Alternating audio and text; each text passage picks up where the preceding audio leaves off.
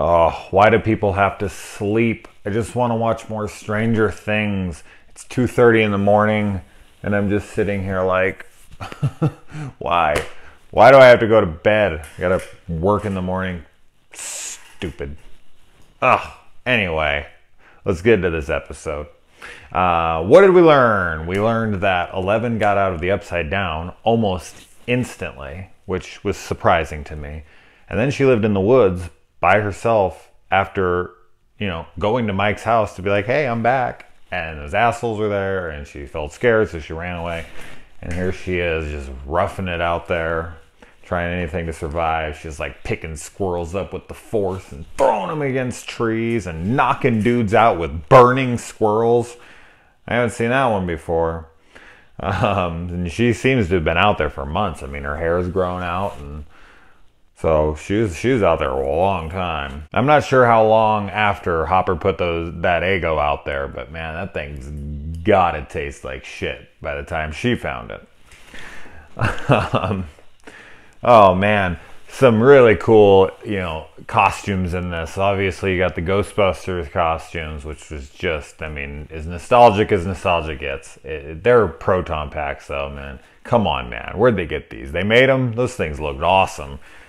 And I never had costumes that cool as kids, so I think that's just a little bit of, production value there. These kids got some cool-ass costumes for the show. I don't remember kids having cool proton packs like that. We usually just, made little cardboard boxes and wrote on them and shit and duct taped them to our back. But I was pretty poor, so maybe more wealthy kids. Although Will's character isn't wealthy, so I don't know. Maybe they bought one for him. But also we get a really cool Michael Myers mask, which, man, getting a shaped mask these days that's good, oh, it's like pulling teeth. There's some online, and if you want to look, and you can get one for a decent price. But for so many years, especially in the early 2000s, late 90s, it was just horrible for Myers masks. It was just the worst shit you ever saw in your life. And they're still out there. I still see tons of them. And I'm just that is an insult to Michael Myers. And we got a really cool, Friday the 13th Jason mask. I love that this show's set in the 80s. Poor little Finn Wolfhard, man. This kid is shooting this back-to-back with It. And then he came off of Stranger Things Season 1. This kid don't know what era he lives in. And poor Will for having to rock that haircut, which I actually had in the 80s. It's horrible, and all of my pictures from that time are hopefully burned. I don't want to ever see those again. We got Hopper crushing on Joyce. Not only was he giving her that look in this episode, but in the last episode he was making fun of her boyfriend, calling him Brainiac or whatever. So he's definitely interested in her.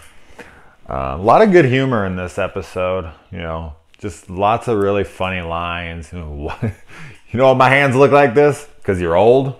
I laughed pretty hard at that.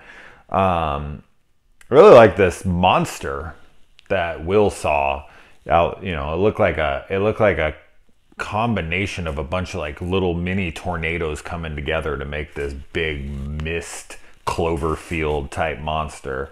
That just looked really cool. You got Nancy, who can't let the Barb thing go. Her and Steve get into it, and then Jonathan has to come in and save the day, and she's mumbling his name in her sleep, which I thought the big surprise of last season, one of the big surprises, is that she didn't end up with Jonathan. I was oh, that's a bummer. I kind of liked it because it was unexpected, and you don't want to always expect those kinds of things, especially romances, oh, they should be together, and they are. Oh, how cool. It's nice to see it different, but it was, it's oh, are they going to rectify that this season now? We'll see. Still got the crops. They seem to be dying all over town now, so I'm still super curious on that. No new numbers in this episode. No more 11. No number 8 and any of the other ones. So none of that. I feel bad for 11, man. She's like holed up in this place. She just wants to go trick or treat. She just wants to be a kid. She just wants to go see her friends.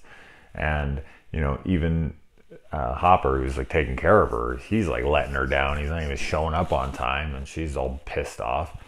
And that's just bummed, man. But she's got some cute hair in this season. It's nice to see her look like a little girl. Yeah. The only last thing I'm going to say about this episode before I go to bed instead of watch the third episode like I wish I was is Billy is a dick. And I hope he fucking dies. This kid, man. I already hate him. Dustin and Lucas are crushing on Max. And that whole, I really like that. I think that's kind of just to give their characters a little bit more something to do. But I really like Max. And that whole line about like presumptuous, I was laughing pretty good at that one too. A lot of really good humor in this. So, all right. Off to bed. Tomorrow I will watch more Stranger Things. I also need to get to the new Channel Zero, which I would have done tonight if I wasn't running off to go see Jigsaw. So I'll get that done tomorrow as well. So I'll get it all done. All right. Good night.